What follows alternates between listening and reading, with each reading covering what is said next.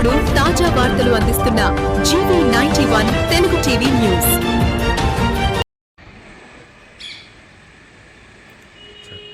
అందరికీ నమస్కారం.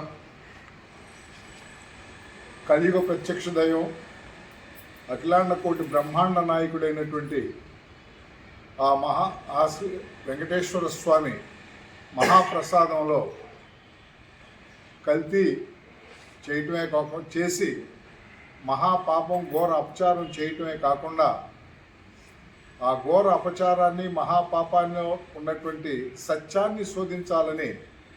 ప్రయత్నం చేసినటువంటి ఆంధ్రప్రదేశ్ ముఖ్యమంత్రి వర్యులు గౌరవ నారా చంద్రబాబు నాయుడు గారిని, అదేవిధంగా జనసేన పార్టీ అధినేత డిప్యూటీ చీఫ్ మినిస్టర్ అయినటువంటి గౌరవనీయులైనటువంటి పవన్ కళ్యాణ్ గారిని ఇవాళ దూషణలు చేసేటువంటి వ్యక్తిగతంగా వారి మీద చేసే దాడిని కృష్ణా జిల్లా జనసేన పార్టీ తరఫున, అవినిగడ్డ నియోజక జనసేన పార్టీ తరఫున తీవ్రంగా ఖండిస్తున్నాం. ఏదైతే national dairy development board NDDB చెందినటువంటి కాఫ్ ల్యాబ్ భారతదేశంలోనే అత్యున్నతమైనటువంటి పాల ఉత్పత్తుల యొక్క నాణ్యతను నిర్ధారణ చేసేటువంటి అత్యున్నతమైనటువంటి సంస్థ NDDBకి అనుసంధానమైనటువంటి కాఫ్ ల్యాబ్. ఆ కాఫ్ ల్యాబ్ అనేది 2024 సంవత్సరం జూలై మాసంలో ఇచ్చినటువంటి రిపోర్టు ఆధారంగా గౌరవ ముఖ్యమంత్రి వర్యులు చంద్రబాబు నాయుడు గారు, ఉప ముఖ్యమంత్రి వర్యులు పవన్ కళ్యాణ్ గారు ఆ రోజున ఏదైతే ఆ ల్యాబ్ రిపోర్టు ఆధారంగా తిరుపతి లడ్డు మహాప్రసాదంలో కల్తీ జరిగింది, అది యానిమల్ ఫ్యాట్ అవ్వచ్చు, వెజిటబుల్ ఫ్యాట్ అవ్వచ్చు అనేటువంటి ప్రకటన ఏదైతే ఉందో దానిలోని నిజాలు నిర్ధారణ చేయాలనేటువంటి ఆలోచనతో తదుపరి జరిగినటువంటి పరిణామాల్లో సుప్రీంకోర్టు వారు సిట్టుని ఏర్పాటు చేయటం, ఆ సిట్టు ఇన్వెస్టిగేషన్ చేసి ఛార్జ్షీట్ దాఖలు చేసినటువంటి పరిస్థితుల్లో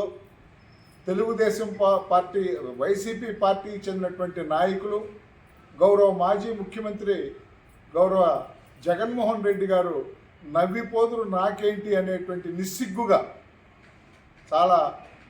దూషణకి గౌరవ ముఖ్యమంత్రి వారిని, ఉప ముఖ్యమంత్రి వారిని దూషణకు గురి చేసేటువంటి విధానాన్ని తీవ్రంగా ఖండిస్తున్నాం. ఏదైతే సిట్ రిపోర్ట్లో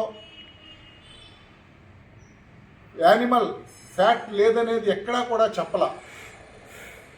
ఈ రోజున సిట్ రిపోర్టు కేవలం రసాయనాల మిశ్రమంతో తయారు చేసినటువంటి ఒక రసాయనంతో తిరుపతి లడ్డు మహాప్రసాదాన్ని తయారు చేశారు. దానివల్ల తిరుమల తిరుపతి దేవస్థానానికి 250 కోట్ల రూపాయలు అవినీతి జరిగింది. 68.17 లక్షల కిలోల ఈ రసాయనాల మిశ్రమం ద్వారా 20 కోట్ల లడ్డూల్ని తయారు చేశారు అనేటువంటి ఒక నిజ నిర్ధారణ కమిటీ చేస్తే, అదిగో జంతువుల ఫ్యాట్ లేదు, పంది కొవ్వు లేదు, గొడ్డు కొవ్వు లేదు,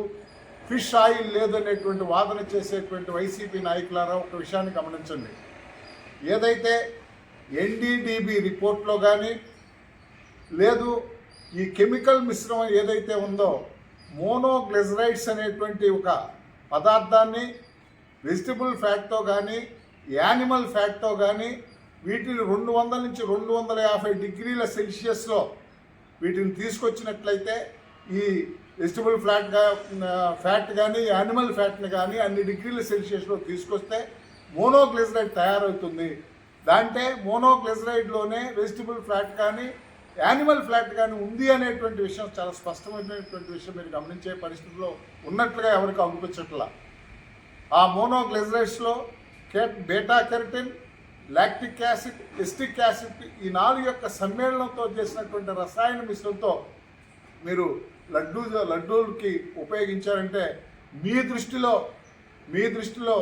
దోచుకో, పంచుకో, దాచుకో అనే సిద్ధాంతంతో ఏర్పడినటువంటి మీ ప్రభుత్వం గాలి, నీరు, మట్టి, మన్ను, ఇసుక, మద్యం, ప్రకృతి సంపదను, ప్రకృతి వనరులను దోచుకోవటమే కాకుండా దైవాల మీద కూడా దైవ సంపదను కూడా దోచుకోవాలన్నటువంటి మీ ఆలోచనతో కేవలం ఒక మతానికి చెందినటువంటి ప్రపంచవ్యాప్తంగా ఉన్నటువంటి కలియుగ ప్రత్యక్ష దైవం అయినటువంటి శ్రీ మహావెంకటేశ్వరి యొక్క భక్తులకి వారి యొక్క భక్తుల యొక్క మనోభావాలను దెబ్బతీసే విధంగా స్వామివారి యొక్క పవిత్రతను తగ్గించే విధంగా చేసేటువంటి మీ చర్యల్ని అక్కడ స్వామి గ్రహించమంటే మీరు 153 నుంచి 11కు వచ్చారనేటువంటి విషయాన్ని మీరు గమనించుకోవాల్సిందిగా కోరుతున్నాం. అంతేకాకుండా మీ దృష్టిలో నేతి బీరకాయలు నెయ్యి ఎట్లా ఉండదో, బందర్ లడ్డూలో బందరు ఉండదో, అదేవిధంగా మైసూర్ బొండాలో మైసూర్ ఉండదో, కాకినాడ కాజాలో కాకినాడ ఉండదు అనేది తంతులాగా, బొంబాయి రవ్వలో బొంబాయి ఉండదనే తంతులాగా మీరంతా తిరుపతి లడ్డులో ఆవు నెయ్యి ఉంటే ఏంటి లేకపోతే ఏంటి, మన పబ్బం మనం గడుపుకోవాలనేటువంటి ఒక దుర్మార్గమైనటువంటి ఆలోచనతో ఈ రోజున ఆవు నెయ్యి లేకుండా, నెయ్యి అనేది లేకుండా ఒక కృత్రిమ రసాయన మిశ్రమం ద్వారా మీరు లడ్డూలు తయారు చేశారంటే ఏ విధంగా చెప్పాలంటే మిమ్మల్ని ఒక దొంగని జడ్జి గారి ముందుకు తీసుకుని వెళ్తే ఆ జడ్జి గారు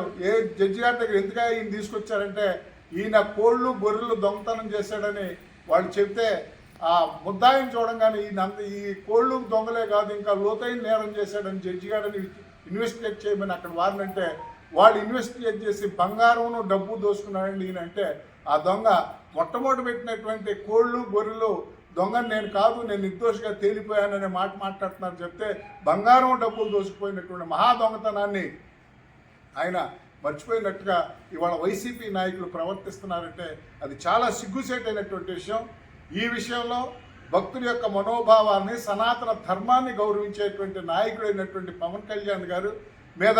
అవాకులు చవాకులు పేరేటువంటి వైనాన్ని తీవ్రంగా ఖండిస్తూ తిరుపతి లడ్డూలో ఖచ్చితంగా ఏదైతే ప్రమాణాలకు అనుగుణంగా ఈ రోజున ఐసీఎంఆర్ యొక్క ల్యాబ్ అనేది అది ఒక డీమ్డ్ యూనివర్సిటీకి చెందినటువంటి ల్యాబ్. ఆ ల్యాబ్ అనేది ఎన్డీడీబీ రిపోర్ట్ కాఫ్ ల్యాబ్ కన్నా కూడా చాలా స్వల్పమైనటువంటి సాంకేతిక ప్రమాణాలను కలిగినటువంటి ల్యాబ్. ఆ ల్యాబ్ ఇచ్చినటువంటి రిపోర్ట్లో మీరు తీసుకుని ఎన్డీడీబీ ఇచ్చినటువంటి రిపోర్ట్ని పక్కన పెట్టి మీరు ఇవాళ ప్రచారం చేస్తున్నారంటే అది చాలా కూడా సిగ్గుచేటైనటువంటి విషయంగా తెలియపరచుకుంటూ ఇది పవిత్రమైనటువంటి శ్రీ వెంకటేశ్వర స్వామి యొక్క భక్తుల యొక్క మనోభావాల్ని దెబ్బతీసి ఏదైతే ప్రపంచవ్యాప్తంగా ఉన్నటువంటి అఖిలాండ కోటి బ్రహ్మాండ నాయకుడి యొక్క భక్తుల యొక్క మనోభావాలతో ఆటలాడుకునేటువంటి మీ వైనాన్ని తీవ్రంగా ఖండిస్తున్నాం. మీరు చేసినటువంటి పనికి సిగ్గుపడవలసింది పోయి కేవలం రాజకీయ ప్రేరేపితమైనటువంటి విధానాలతో ఈ రోజున మీ యొక్క కార్యక్రమాలని మభ్యపరుచుకుంటాకి ఈ యొక్క దుష్ప్రచారాన్ని మానుకోవాల్సిందిగా మీకు విజ్ఞప్తి చేస్తూ ఖచ్చితంగా కూడా ఈ మహాఘోరంలో, ఈ మహాపాపంలో పాలు పంచుకున్నటువంటి అందరికి కూడా అఖిలాండ కోటి బ్రహ్మాండ నాయకుడు శిక్ష వేయటం తథ్యం. ప్రజలు దీన్ని చూస్తూ ఊరుకోరనేటువంటి విషయాన్ని తెలియజేసుకుంటూ ఆ మేరకు నడుచుకోవాల్సిందిగా కోరుకుంటూ సెలవు తీసుకున్నాం. జై హింద్.